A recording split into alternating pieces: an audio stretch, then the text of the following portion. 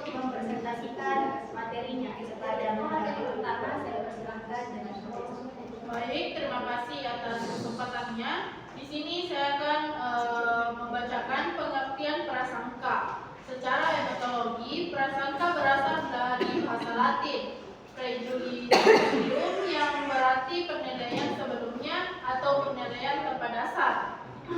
Prasangka merupakan perasaan negatif tentang orang lain karena menjadi bagian dari sebuah kelompok sosial. Prasangka merupakan fenomena psikologis yang kompleks dan multidimensi, didefinisikan sebagai sikap negatif yang tidak didasarkan pada pengalaman objektif, melainkan pada generalisasi terhadap anggota suatu kelompok sosial tertentu. Dalam psikologi sosial, prasangka dipahami sebagai hasil interaksi dinamis antara proses kognitif, pengaruh sosiokultural, faktor efektif, dan karakteristik individu. Menurut Carole Wade dan Carole Tavris, prasangka adalah ketidaksukaan yang kuat dan tidak berdasarkan atau kebencian terhadap suatu kelompok yang didasarkan pada stereotip yang negatif. Divido mengungkapkan bahwa prasangka adalah pengalaman manusiawi yang universal yang mempengaruhi hampir setiap manusia. Untuk lebih memahami pengertian prasangka, kita dapat memecahkan menjadi 3 komponen utama yang saling terkait. Yang pertama, komponen kognitif. Ini adalah aspek pemikiran dari prasangka. Komponen efektif, perasaan negatif. Ini adalah aspek emosional atau perasaan dari prasangka. Ketiga atau terakhir, komponen perilaku atau diskriminasi. Meskipun prasangka adalah sikap manifestasi, perilakunya dikenal sebagai diskriminasi.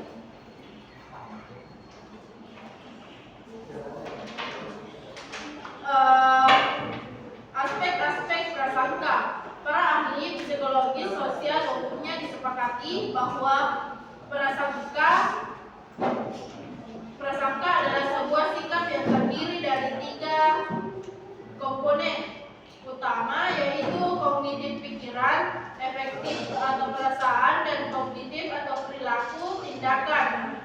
Di sini ada beberapa. Yang pertama, komponen kognitif. Aspek kognitif merupakan sikap yang berhubungan dengan hal-hal yang ada dalam pikiran. Kedua, komponen efektif perasaan negatif merupakan proses yang menyangkut perasaan-perasaan tertentu seperti ketakutan, kedengkian, simpati, antipati, dan sebagainya yang ditujukan kepada objek tertentu. Ketiga, komponen kognitif atau perilaku. Komponen perilaku prasangka dikenal sebagai diskriminasi. Ini adalah tindakan nyata, tidak stabil atau merugikan yang dilakukan terhadap individu atau kelompok berdasarkan keanggotaan mereka dalam kelompok tertentu, bukan berdasarkan kemampuan yang karakteristik individu mereka. Mungkin itu saja. Saya kembalikan kepada moderator. Selanjutnya saya persilahkan kepada pemateri studio. Baik, sebelumnya terima kasih atas kesempatan. Langsung saja di sini saya membacakan terkait dengan teori prasangka, di mana di sini terbagi menjadi 5 poin. Yang pertama yaitu teori konflik nyata atau realistic conflict theory. Nah, teori ini dikembangkan oleh Muzaffar Sherif pada pertengahan abad ke-20. Teori ini menyatakan bahwa konflik antar kelompok muncul ketika kelompok bersaing untuk mendapatkan sumber daya yang terbatas. Penelitian ini menunjukkan bahwa konflik antar kelompok mengikuti identifikasi sosial.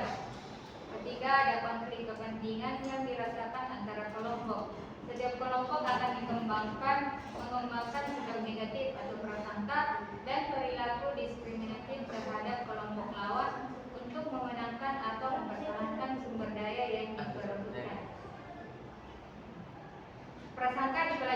melalui proses sosialisasi, observasi, imitasi, pemodelan, dan bahkan emosi.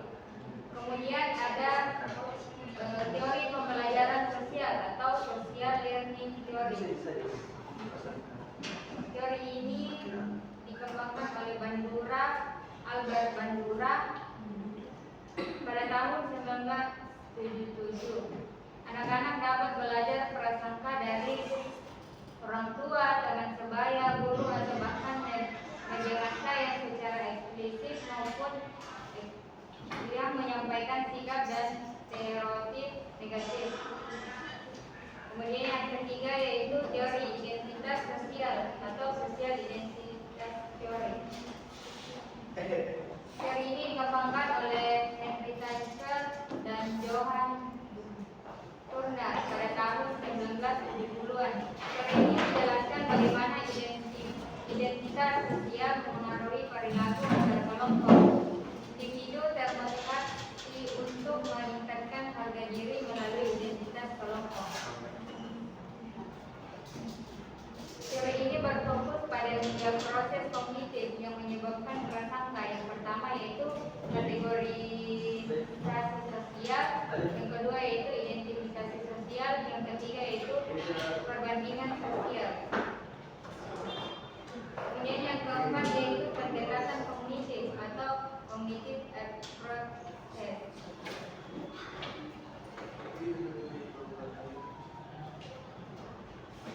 Kognitif memperkuat prasangka. Kecenderungan untuk mencari informasi yang mendukung keyakinan yang sudah ada. Efek homogenitas outgroup, anggota kelompok lain dianggap lebih mirip satu sama lain daripada anggota kelompok sendiri.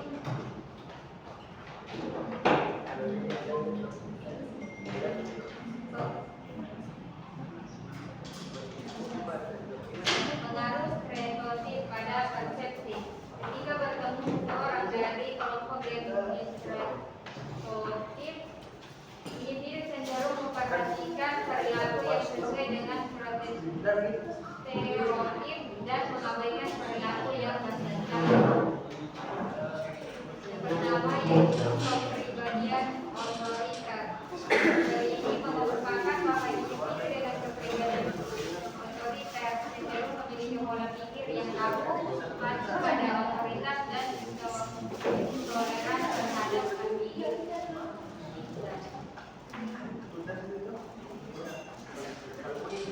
Kemudian yang kelima yaitu teori kepribadian personality theory. Kepribadian otoriter.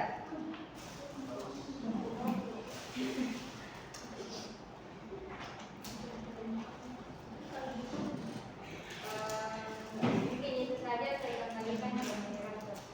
Baik, selanjutnya saya akan melanjutkan materi terkait penyebab prasangka. Penyebab prasangka sendiri ada 3. Yang pertama dipengaruhi oleh faktor sosial budaya, di mana lingkungan sosial budaya tempat seseorang itu tumbuh sangat mempengaruhi pembentukan prasangka.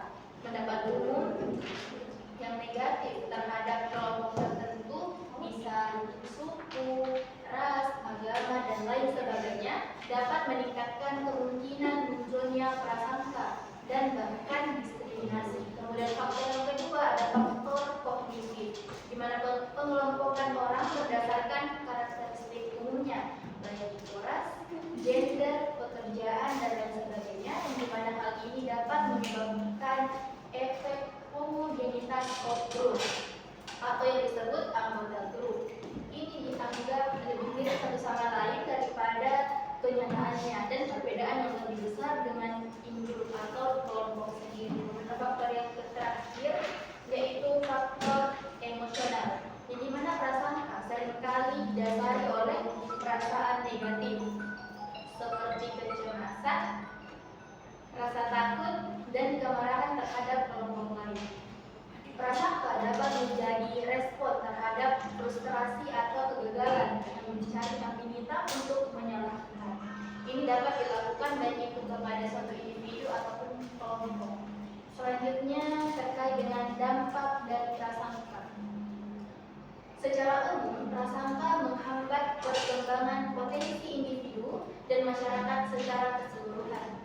Asumsi yang berkembang menjadi fitnah dan permusuhan mengganggu kohesi sosial dan menciptakan ketidakadilan. Dampaknya ini ada dua.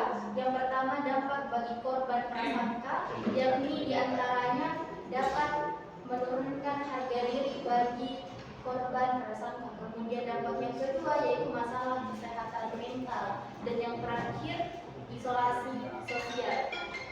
Selanjutnya, dampak bagi individu yang berprasangka kepada orang lain, yakni yang pertama, prasangka membatasi kemampuan berpikir fleksibel dan juga terbuka.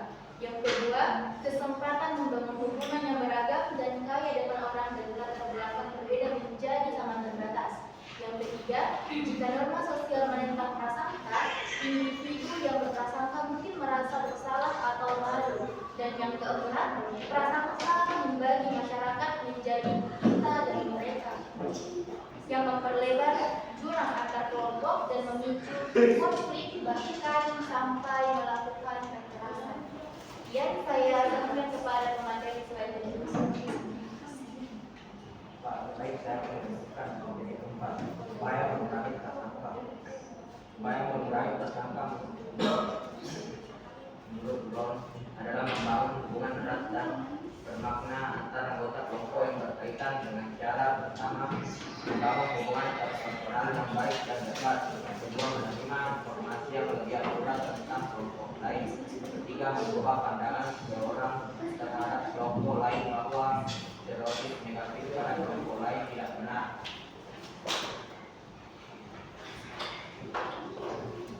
Contoh prasangka dalam kehidupan sehari-hari. Yang pertama itu prasangka rasial atau etnis.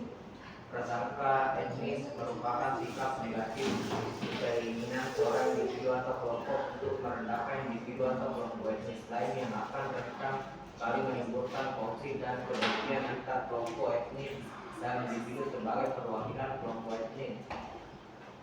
Kedua yaitu prasangka gender.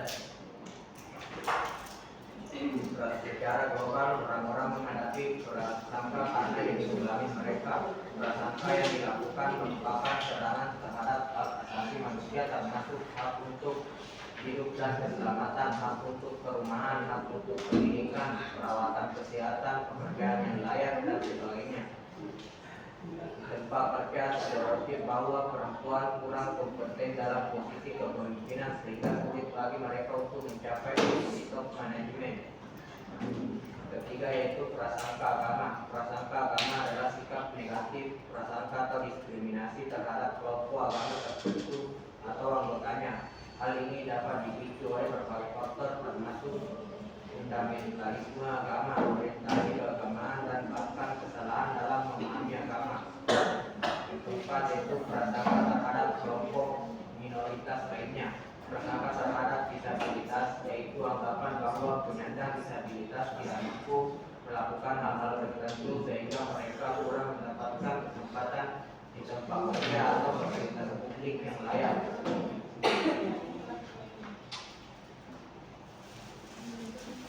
Baik, saya kembalikan ke moderator. Ya, baik, terima kasih.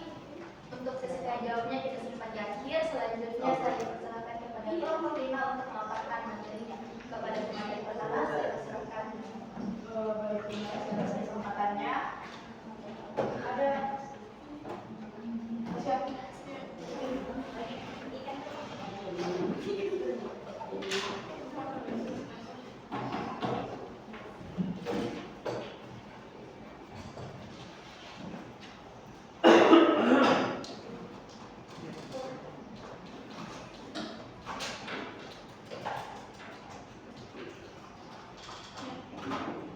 Adapun materi dari kami yaitu ada aktivitas dalam psikologi sosial.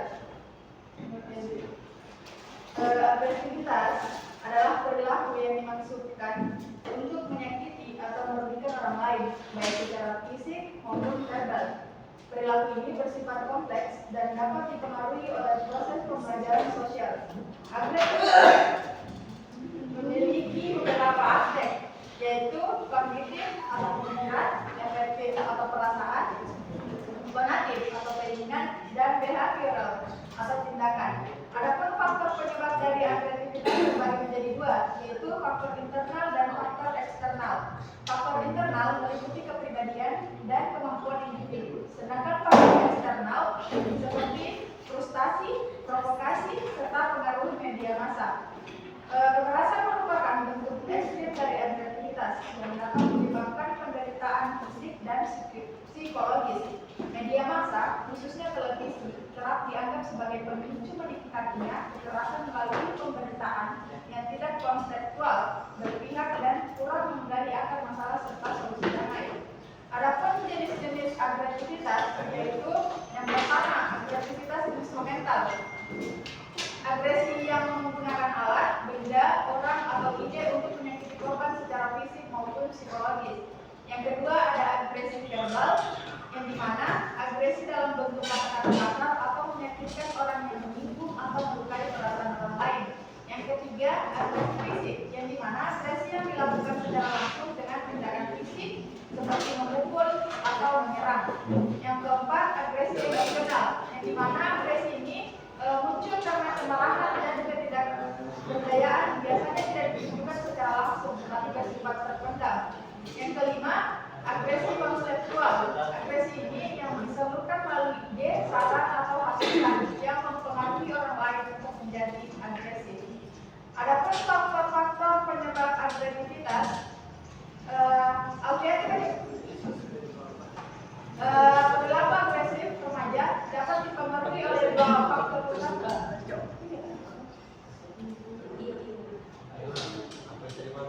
Perilaku agresif remaja dapat dipengaruhi oleh dua faktor utama, yaitu keluarga dan media massa.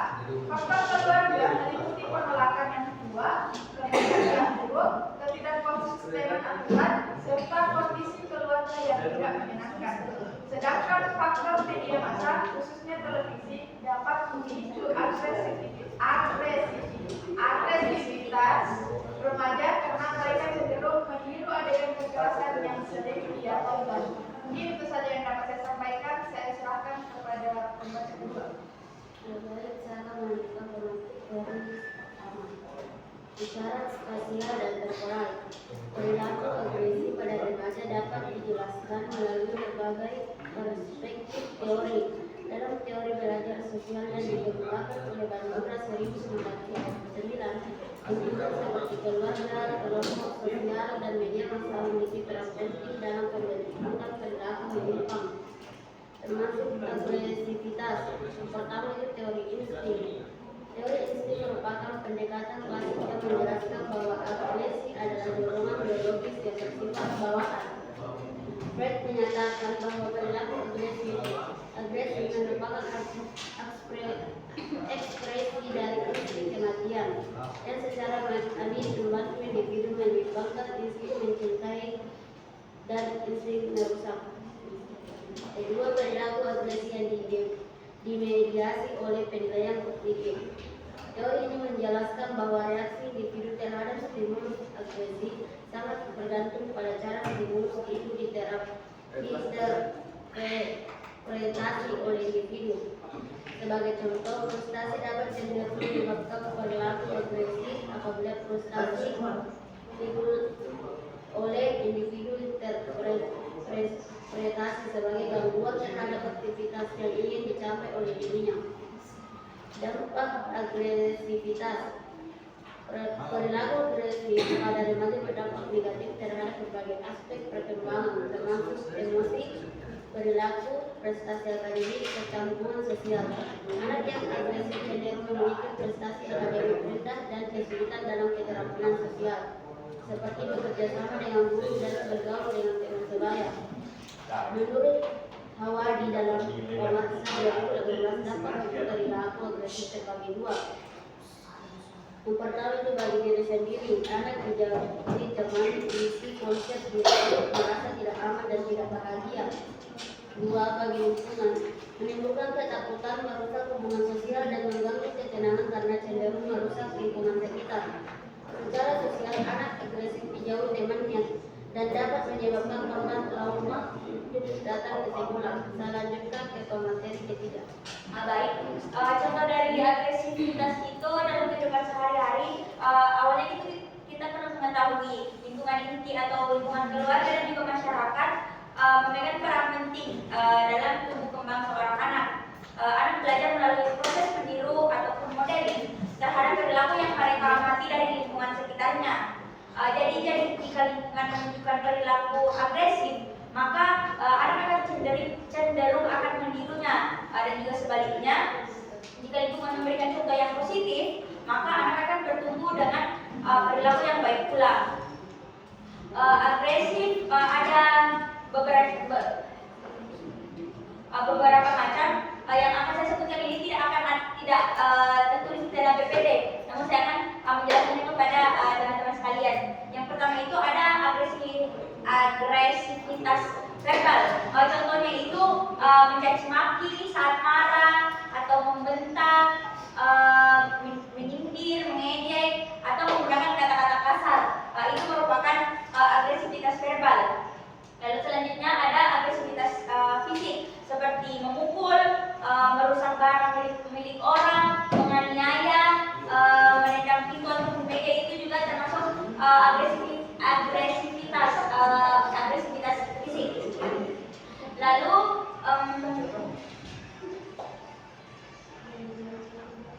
ada juga agresivitas pasif. Agresivitas pasif itu maksudnya tidak terlihat dengan tindakan. Contohnya itu diam. Itu termasuk agresivitas pasif, atau sengaja menunda pekerjaan atau memberikan komentar sinis ataupun sarkas kepada orang lain. Itu merupakan agresivitas pasif. Selanjutnya ada agresivitas relasional dan sosial. Contohnya itu seperti menyebarkan gosip, mengecilkan teman, memanipulasi orang lain, atau kayak mengancam membocorkan rahasianya ini orang ke orang lain.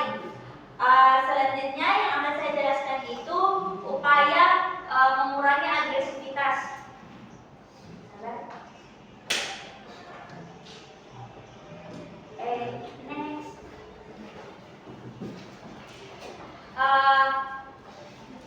Upaya dalam mengurangi agresivitas itu ada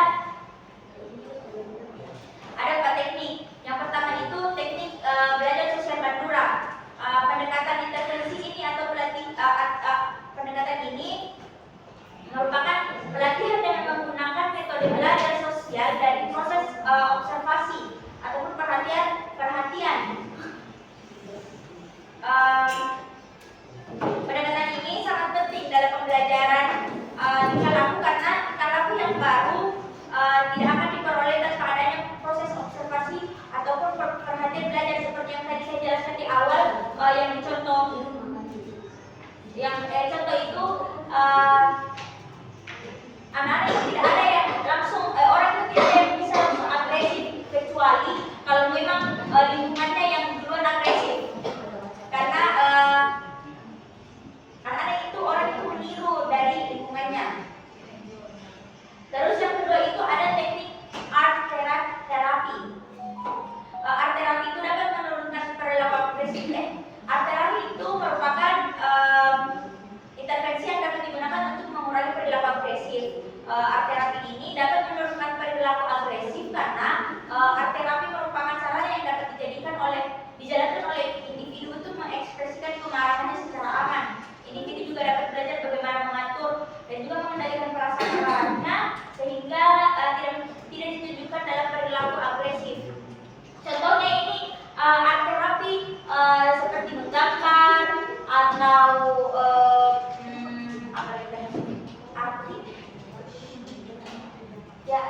menggambar. Ada tuh orang yang kalau menggambar kayak masuk anak-anak bisa ada ngecor-cor bisa ada, itu termasuk art terapi. Selanjutnya teknik sosial drama. Teknik sosial drama ini merupakan dramatisasi dari persoalan-persoalan yang dapat timbul dari pergaulan dengan orang lain. Tingkat konflik yang dialami dalam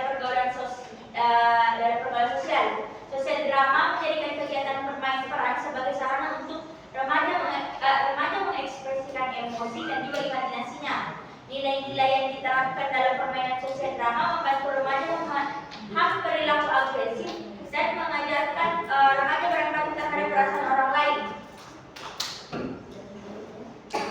Yang selanjutnya, teknik outbound training. Outbound training merupakan perpaduan antara permainan sederhana, permainan ketangkasan, olahraga, serta diisi dengan petualangan. Outbound adalah sebuah kegiatan yang menyenangkan dan bertentangan. Bentuk kegiatannya berupa simulasi kehidupan melalui permainan-permainan yang kreatif, reflektif, dan edukatif, baik secara individual maupun kelompok, dengan tujuan untuk mengembangkan diri maupun mengembangkan kerjasama kelompok. Outbound training merupakan outbound training mampu membantu mengembangkan potensi atau pengetahuan yang bertujuan sebagai proses terapi kelompok maupun individu yang mengalami permasalahan. Mungkin itu yang dapat saya sampaikan. Kembali kepada Raka. Baik, itulah tadi presentasi dari dua kelompok. Selanjutnya kita masuk pada sesi tanya jawab. Untuk sesi pertama, saya persilahkan untuk 3 kelompok 4 dan juga 3 untuk kelompok 5. Kepada saudari Adenisi, saya persilahkan. Baik, terima kasih. Saya akan bertanya di kelompok 3 di 4 dan 5. 4. kelompok 4. Sini merupakan masalah layanan dengan konseling. Jelaskan teknik konseling spesifik yang aktif untuk berlaku individu. Jelaskan teknik konseling spesifik yang efektif untuk berlaku individu. Selanjutnya untuk saya persilahkan kepada saudari Anissa. Terima kasih atas kesempatannya. Pertanyaan saya, bagaimana perasaan kelompok 4? Maaf. Bisa 2 kelompok? Bisa. Sebutkan untuk kelompok. Ini untuk kelompok 4, bagaimana prasangka implisit dapat mempengaruhi perilaku diskriminatif tanpa disadari oleh individu. Terus untuk kelompok 5,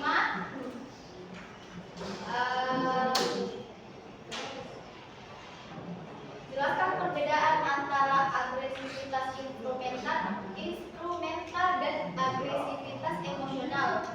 Bagaimana kedua jenis agresivitas ini dapat dipengaruhi oleh faktor-faktor sosial psikologis. Perbedaan agresivitas instrumental dan emosional. Terus bagaimana kedua jenis tersebut dapat dipengaruhi oleh faktor-faktor psikologi sosial. Dan untuk penanya selanjutnya, dari tadi Mak. Pengaruhi oleh faktor sosial. saya persilahkan. Baik, terima kasih atas kesempatannya moderator. Pertanyaan untuk kelompok 4. Bagaimana tadi pengertiannya itu prasangka itu sikap negatif yang didasarkan pada penilaian negatif terhadap individu. Nah, jadi pertanyaan, kenapa prasangka itu hanya dijadikan sebagai perspektif negatifnya saja individu? Kenapa bukan positif juga? Kemudian apa intervensinya ini? Maksudnya apa intervensi dan perbedaan dari prasangka dan diskriminasi?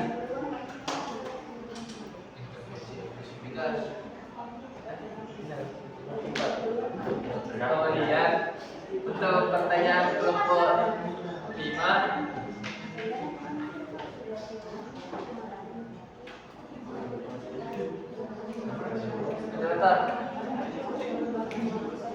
untuk pertanyaan kelompok 5, tadi juga ada di definisinya itu agresivitas,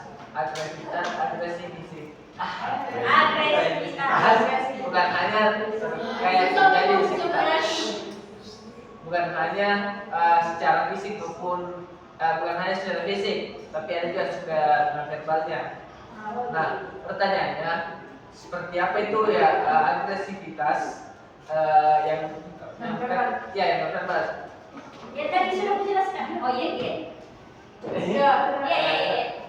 Bisa contoh dalam kehidupan sehari lah. Iya.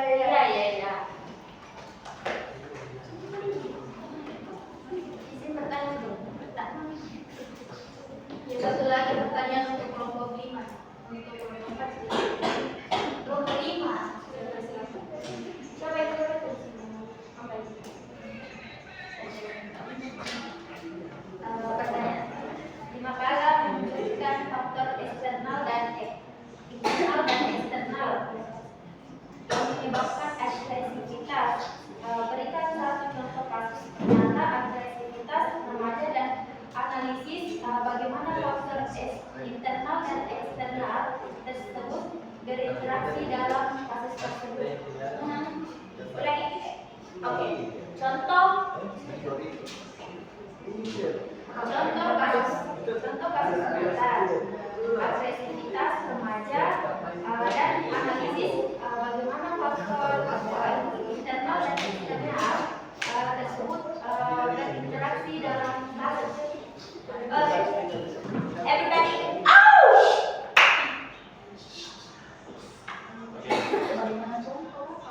Terus kan contohnya, terus apa lagi kita minta?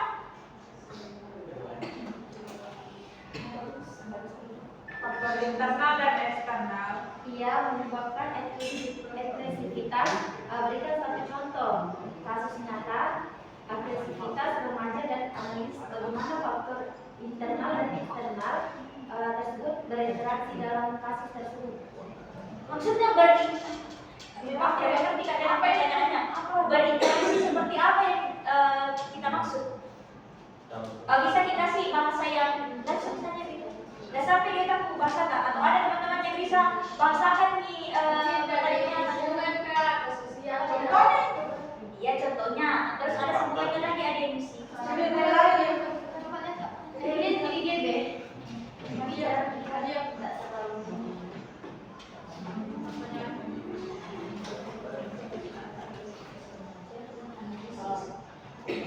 Dan ini dianalisis ini moderator.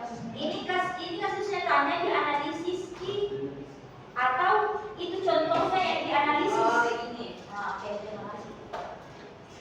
Kan agresivitas itu terjadi karena dua faktor internal dan eksternal. Terus itu mau Kita contoh. Sini kami analisis contoh dari faktor internal dan eksternalnya ini yang terjadi dalam kehidupan sehari-hari ya satu. Iya itu nih. Itu saja. Itu ini kasus dari internal dan eksternal. Iya, yang disebabkan karena faktor internal dan eksternal.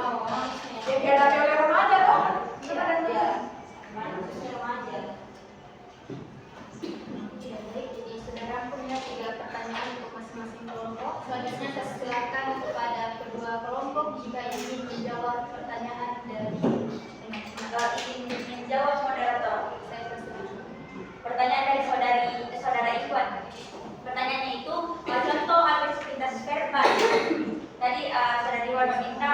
Sebenarnya tadi sudah saya jelaskan saat presentasi, tapi saya akan menjelaskannya secara dijelaskan lagi. Tidak, memang tadi dijelaskan di contohnya dalam kehidupan sehari-hari. Yang seperti mencaci contoh apa lagi? Membentang, bicara kotor. Dia tidak berkenaan sama fisik. Iya, kalau verbal. Itu kalau verbal. Ya, itu kalau verbal. Apa lagi? Itu tadi contohnya mencaci maki saat marah, seperti menghina teman, kayak dicaci maki di teman, contohnya.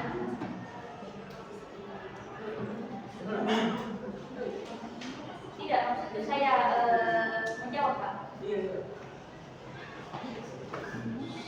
Lanjut dulu balik. Lanjut. Tidak, masa aku jelaskan jadi tidak diperhatikan kali daripada susah-susah menurutku. Lanjut. Contohnya dalam kehidupan sehari-hari itu ketika ada teman-teman yang berbeda pendapat, Terus kita ini dicaci, mencaci maki teman-teman yang berbeda pendapat. Kenapa kau berbeda pendapat? Kenapa kau berbeda pendapat sama saya? Nah, pendapatku paling bagus kau itu. Contoh, kau itu tidak mengerti Jako, tidak mengerti Jako, saya tidak mengerti. Jadi ikut kau sama saya pendapatku, gitu. Itu contohnya dalam sehari-hari. Bicara kasar juga, yang itu contohkan dia kadang mengerti juga toh. Yang mungkin dia akan saya sampaikan sebagai moderator. Dari kelompok 5, pertanyaan menambahkan. Kalau begitu saya kembalikan kepada saudara penanya, bagaimana dengan jawabannya, apakah sudah jelas?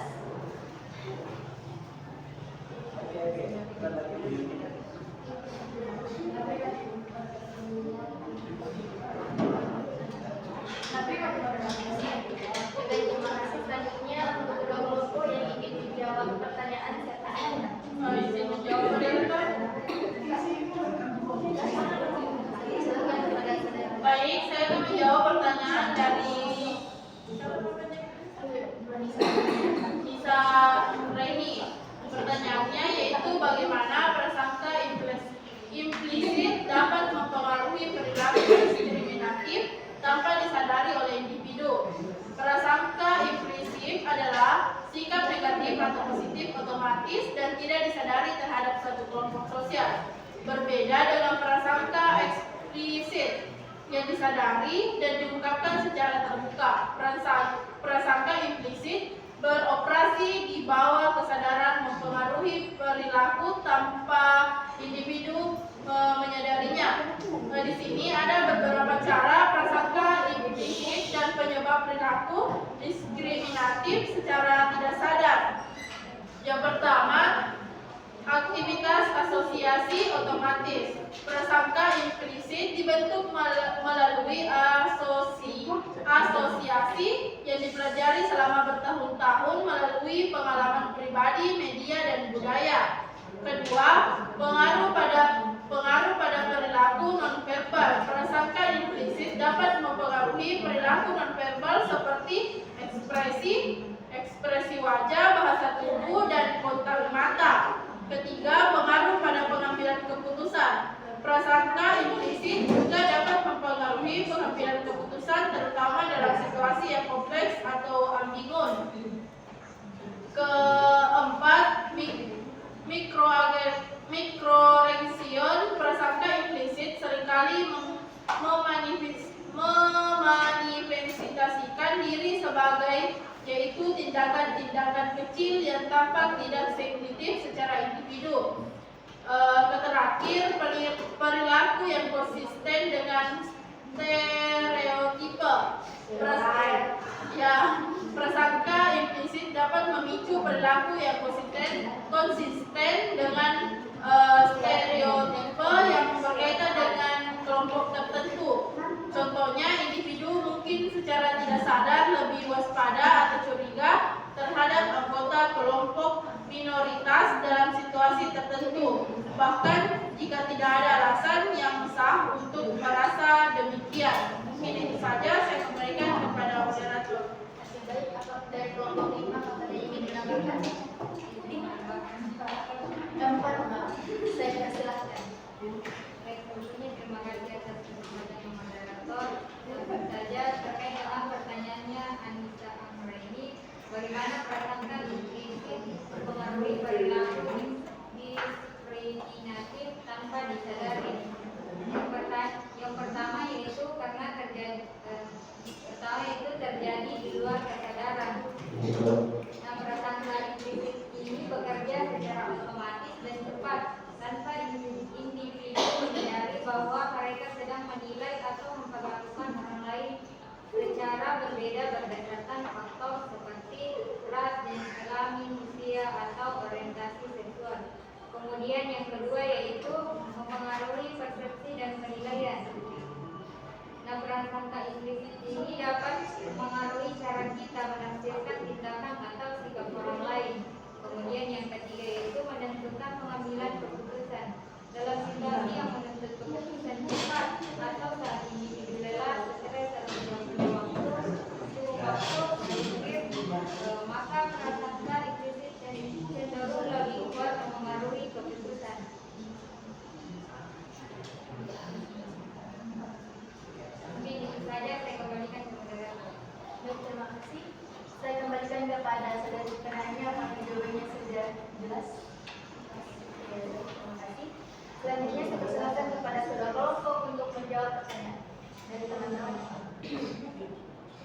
Saya persilahkan.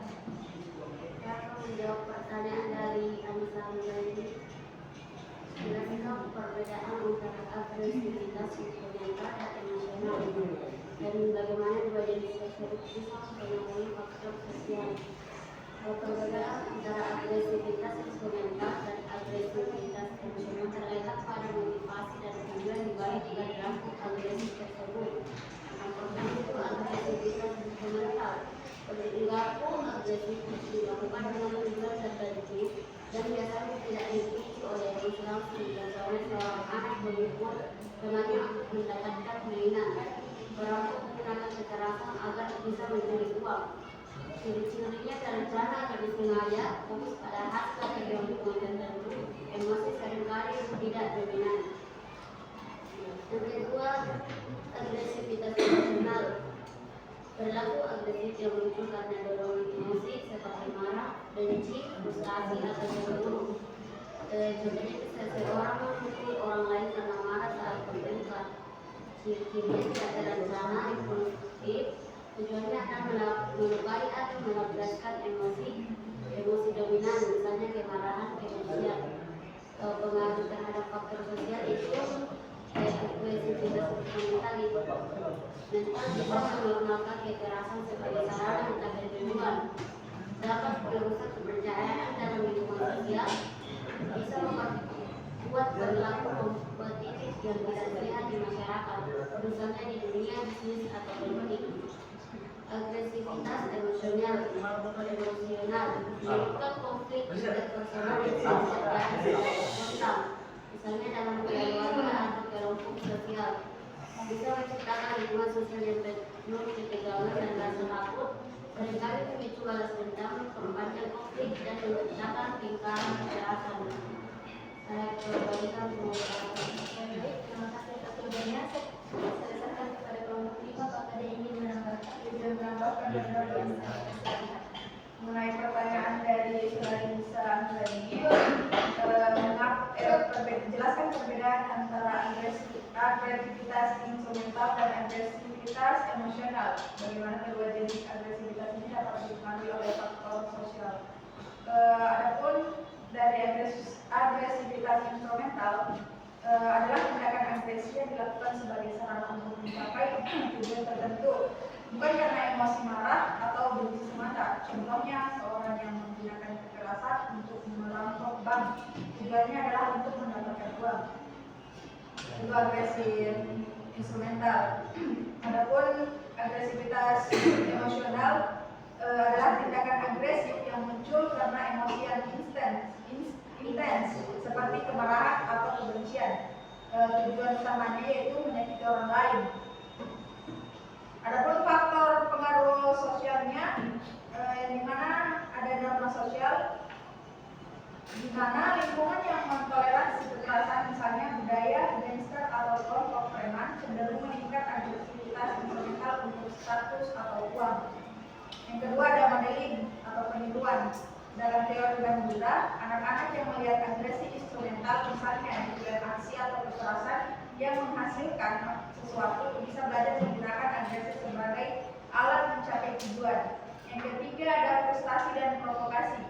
Teori frustasi atau agresi, frustasi sering memicu agresivitas emosional. Orang jadi melampiaskan kemarahannya pada orang lain. Yang keempat ada lingkungan dan status sosial, yang dimana lingkungan yang penuh tekanan seperti kemiskinan atau diskriminasi dapat memotivasi agresi instrumental untuk bertahan hidup. Yang terakhir ada kontrol diri dan moralitas. Faktor kepribadian, rendahnya empati, kontrol diri, dan rasa bersalah dapat memperkuat agresi emosional. Ini saja yang dapat saya sampaikan. Saya kembalikan ke Masih ingin menambahkan? Saya kembalikan kepada penanya. Apakah jawabannya sudah jelas? Ya, baik, terima kasih. Selanjutnya saya persilahkan kepada kedua kelompok untuk menjawab pertanyaan dari teman-teman. Izin jawab yang pertama. Saya persilahkan. Baik, saya akan menjawab pertanyaan dari Adia Ningsi. Pertanyaannya itu di makalah membahas peran layanan bimbingan konseling. Jelaskan teks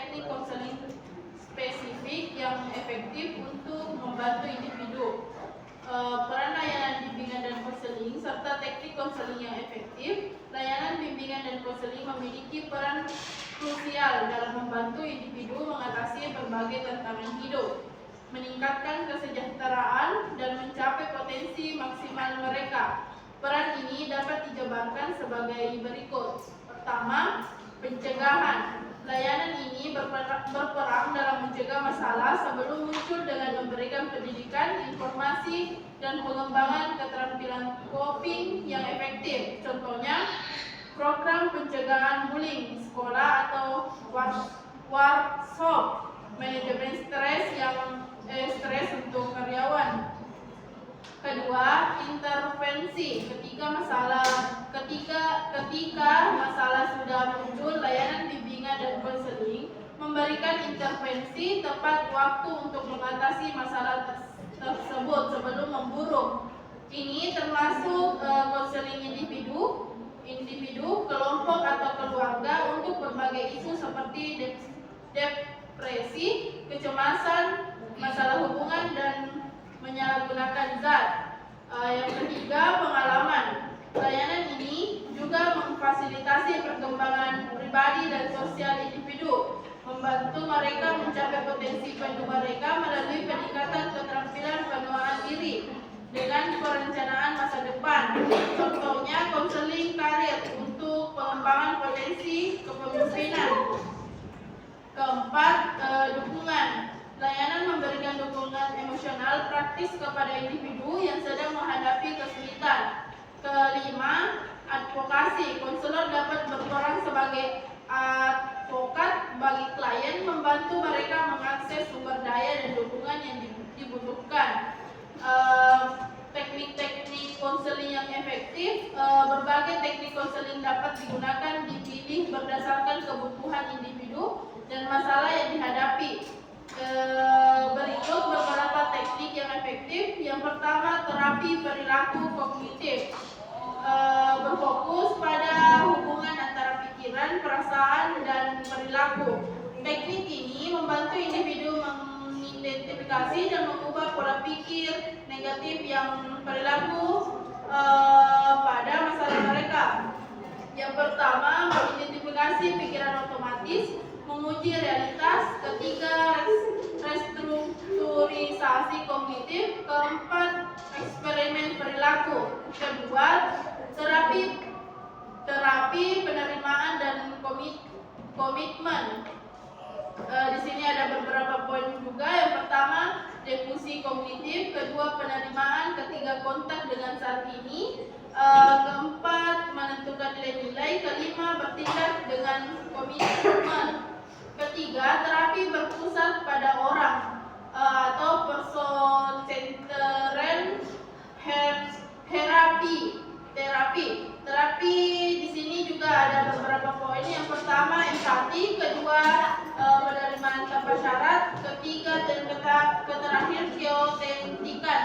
Mungkin itu saja. Saya kembalikan kepada moderator. Kita lanjut setelah azan pertemuan.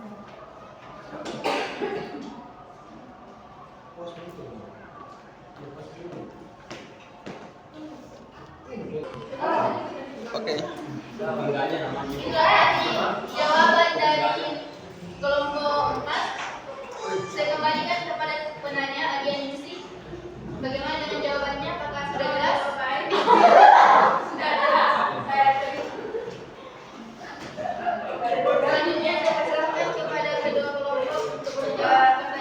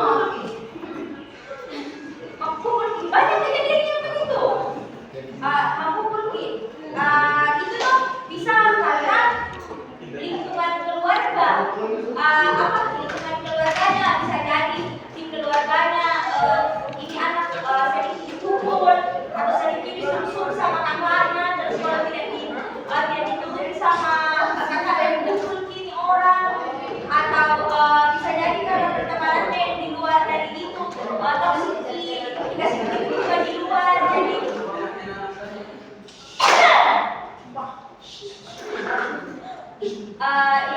lingkungan pertemanannya juga yang begitu, mungkin di luar dikasih begitu jadi nakas begitu juga, karena menurut lebih kuat kalau di sekolah daripada di lingkungan pertemanannya di luar.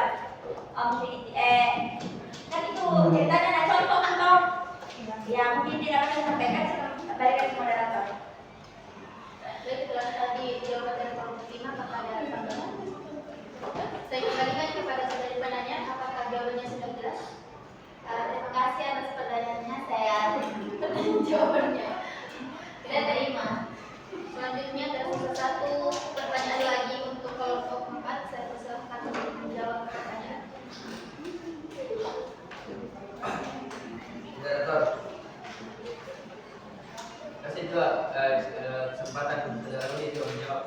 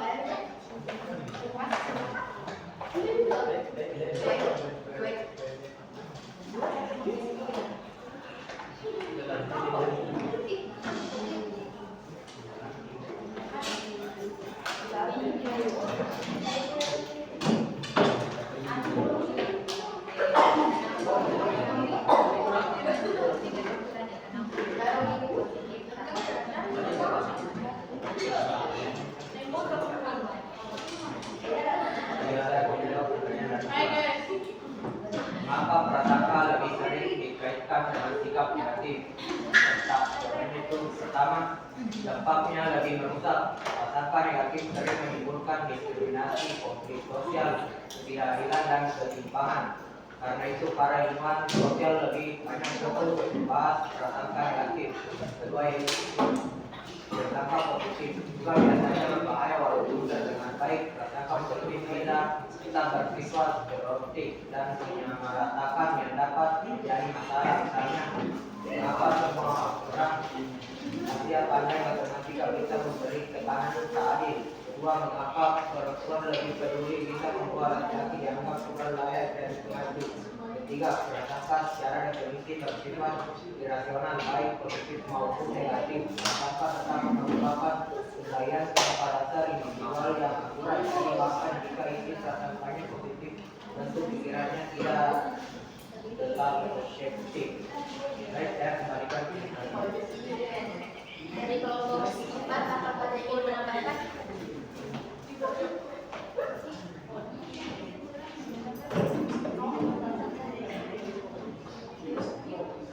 Ingin menambahkan? Saya ingin menambahkan sedikit. Kenapa prasangka hanya difokuskan pada hal yang negatif? Berdasarkan dari bahasanya yang artinya bahwa prasangka itu penilaian tanpa dasar, di mana jika kita menilai seseorang tanpa dasar itu termasuk dengan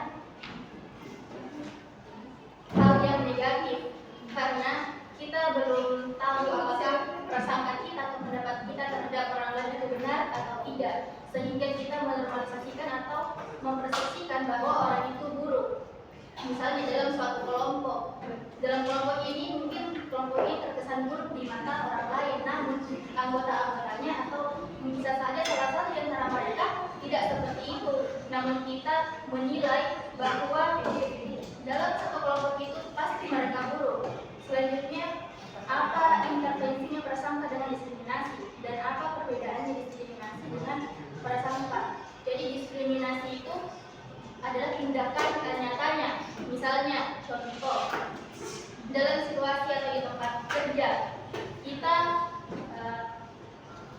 kita memperlakukan satu orang ini tidak adil dikarenakan dia itu berbeda dengan kita. Misalnya, orang ini bekerja di tempat minoritas, misalnya dia beragama Muslim. Nah, kita tidak memperlakukannya adil karena mungkin dia beragama Islam, sedangkan Islam di negara itu ada istilahnya Islamfobia atau prasangka terhadap Islam. Misalnya Islam itu teroris lah dan lain sebagainya, sehingga kita melakukan diskriminasi terhadap orang-orang ini karena kita menganggap bahwa orang ini termasuk dalam anggota Islamfobia itu, orang yang teroris itu. Padahal itu tidak sepenuhnya benar, karena bisa saja orang ini berbeda dengan orang yang lainnya. Itu saya kembalikan kepada pertanyaan, apakah sudah jelas? Baik, terima kasih atas jawabannya. Menunggu waktu juga sudah masuk sholat, ya saya cukupkan saya. Terima kasih. Jadi kita cukupkan saja untuk 3 pertanyaan untuk masing-masing kelompok. Terakhir sebelum penutup, ada satu kutipan yang kami ambil dari Quran surah Al-Huda ayat 12 yang mengatakan bahwa jauhilah kalian dari kebanyakan persangkaan, sesungguhnya sebagian prasangka adalah dosa. Sekian, bila kita wassalamualaikum